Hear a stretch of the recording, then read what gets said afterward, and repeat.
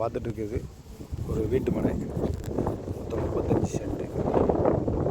அதை பாருங்கள், Tirunelveli to Thoothukudi bypass ஒரு 200 அடியில் இந்த இடம் இருக்குது.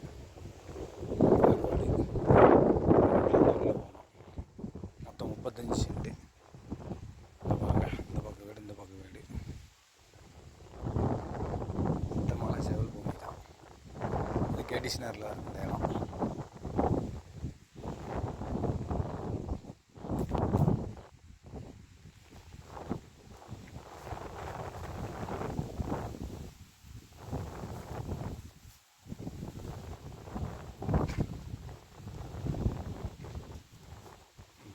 பக்கத்துலலாம் வீடெல்லாம் இருக்குது.